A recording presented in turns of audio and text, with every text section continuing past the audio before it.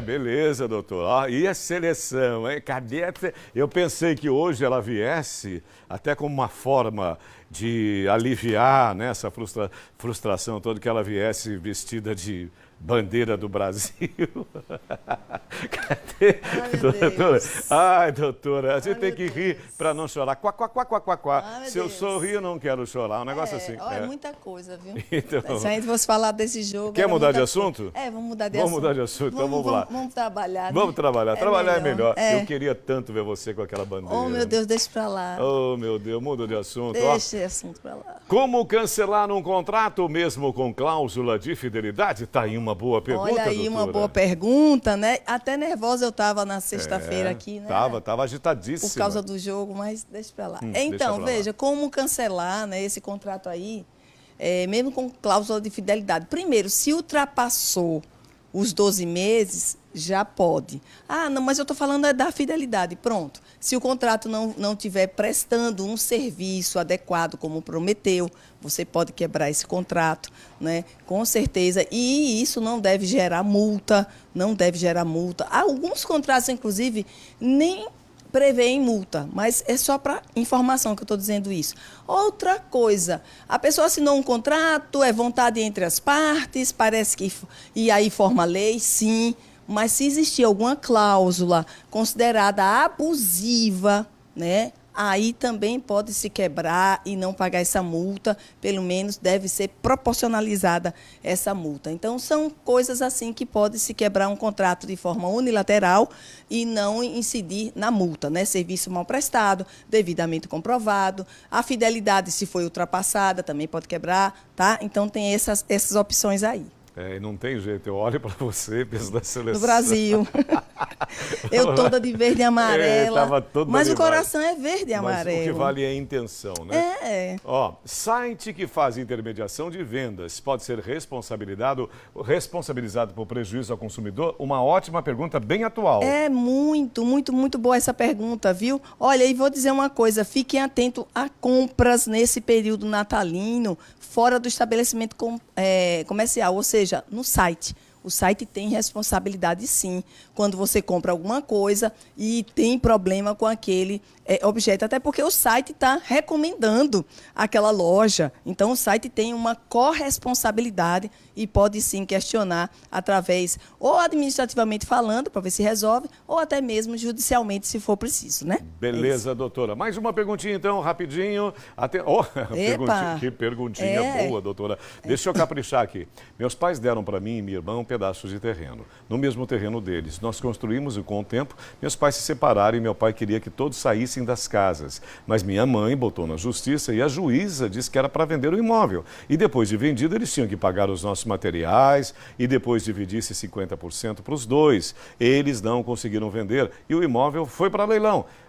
Ia para leilão, mas a juíza disse que um dos dois poderia comprar. Então eu e minha irmã pegamos dinheiro emprestado, demos para nossa mãe comprar a parte dele, sendo que nós duas não recebemos dinheiro dos materiais e ainda compramos a parte dele. Minha mãe faleceu e agora não sabemos quais os nossos direitos. E ainda tem mais 2 herdeiros. Situação bem complicada, Bem doutora Emília. complicada. Olha, essa situação aí, muita gente acaba vivendo.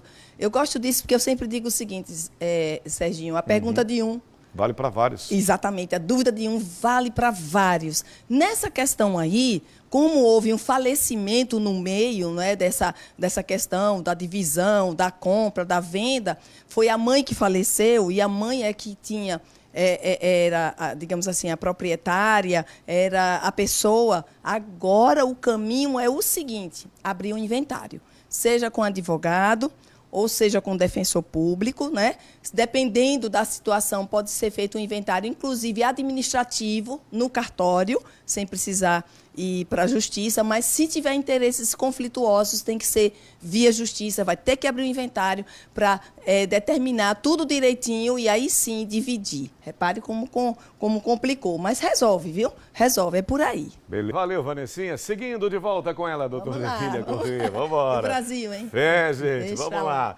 É o seguinte, a próxima pergunta é a seguinte aqui, ó. Fui comprar um produto em promoção e o fornecedor me disse que não tinha mais em estoque. Ah, aconteceu comigo isso aqui. O que eu posso fazer? Aconteceu comigo, desisti da compra. Tá vendo aí? Aconteceu com o Serginho e acontece com muita gente. Aí o que é que a pessoa pode fazer para resolver essa questão aí? É simples. Anunciou que tem, vai ter que ter mesmo que não tenha. E como é que é isso? Um produto similar, no mesmo valor. E se for mais caro, ainda assim ele tem que pagar o preço da publicidade, da propaganda que foi feita, porque o produto lá na propaganda dizia que tinha. E dizia o valor. Então vai ter que suprir, a não ser que, no caso do Serginho, ele desistiu. Mas se ele quisesse insistir, ele poderia até pegar um outro produto similar, ou até um mais caro e pagar o que foi feito no anúncio. É muito sério isso. Que coisa interessante, sabe o que eu fiz?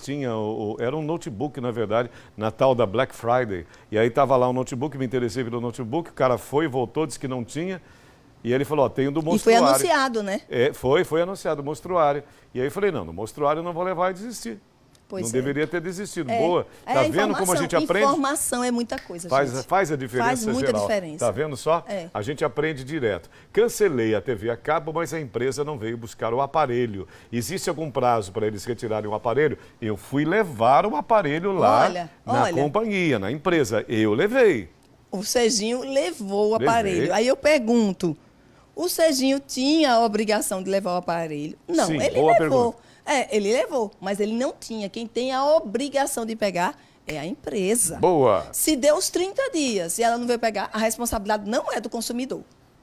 E tem outra coisa, sabe por que eu levei? Para me livrar, porque o cara disse que vai levar, o cara vai buscar, mas não busca. É isso. Vai buscar, mas não busca. Eu passei uns 3 meses esperando em outra ocasião. Aí eu fui lá, peguei, catei o negócio, falei, tá aqui, ó, pronto, assina aqui para mim. Assinou, pronto, um abraço. Tá vendo? Tem que ser rápido. Tem que ser rápido. Se depender deles, eles querem mais é que você se lixe, né? Quando uma pessoa morre e deixa 2 filhos, a avó tem a obrigação de pagar a pensão, sendo que a avó tem 95 anos. A senhora faz uso de fralda, de remédio, paga uma pessoa para tomar conta dela e é acamada. Excelente pergunta, doutora. Como é que uma pessoa, uma idosa, uma avó, tem condição de pagar uma pensão alimentícia de um neto, se ela está precisando do dinheiro que ela recebe, que deve ser uma aposentadoria, para cuidar e não dá? Então, tem solução para isso também. Primeiro, quero lembrar você, informar você, que quando o pai falecer e deixar filhos menores e ele era contribuinte do INSS, tem uma pensão pós-morte para aquelas crianças. E para a companheira ou a viúva, né? E é dividida entre a viúva e é dividida entre os filhos menores. Quando maior, aí volta para a viúva na integralidade. Nesse caso, como é que resolve? Resolve entrando com um pedido para os avós maternos e não para aquela pessoa que não vai ter condição de jeito nenhum de pagar a pensão alimentícia e verificar se esse pai era contribuinte do INSS, que vai a pensão pós-morte para os filhos e para a viúva. Que interessante. E sendo profissional de qualquer área, doutora? Sim. Essa pessoa faleceu e tal. Se ela for contribuinte do INSS, ela vai deixar uma pensão pós-morte. Tem que ter que ser contribuinte do INSS. Sim, a única condição é essa. É essa. Por isso que eu falo, aqui a prestação de serviço social que é importante, porque as pessoas não sabem dos seus direitos e acabam sofrendo exatamente pela ausência da melhor informação. Com certeza. Beleza, querida? Beleza. Então, só lembrando, outra informação preciosa, @Emília Correa, sem I, não tem Correia, não é Correia, é Correia, Emília Correa Oficial. Com certeza, Serginho. 7 não horas, esqueça, sábado. todo sábado, 7 da manhã, a gente faz o Café com Emília no Instagram e no Facebook, no @Emília Correia Oficial, e aí você pode tirar sua dúvida, conversar comigo, e é bom demais. Catarina participa. A Catarina, a gata mais linda desse estado, tá bom, gente? Mesmo. Emília, muito obrigado, querida. Naquele dia eu estava nervosa, não foi? Na sexta-feira. Muito. Era por causa do jogo. Eu nem estou nervosa hoje, mas... Então, já tá bom, né? Mas, ó,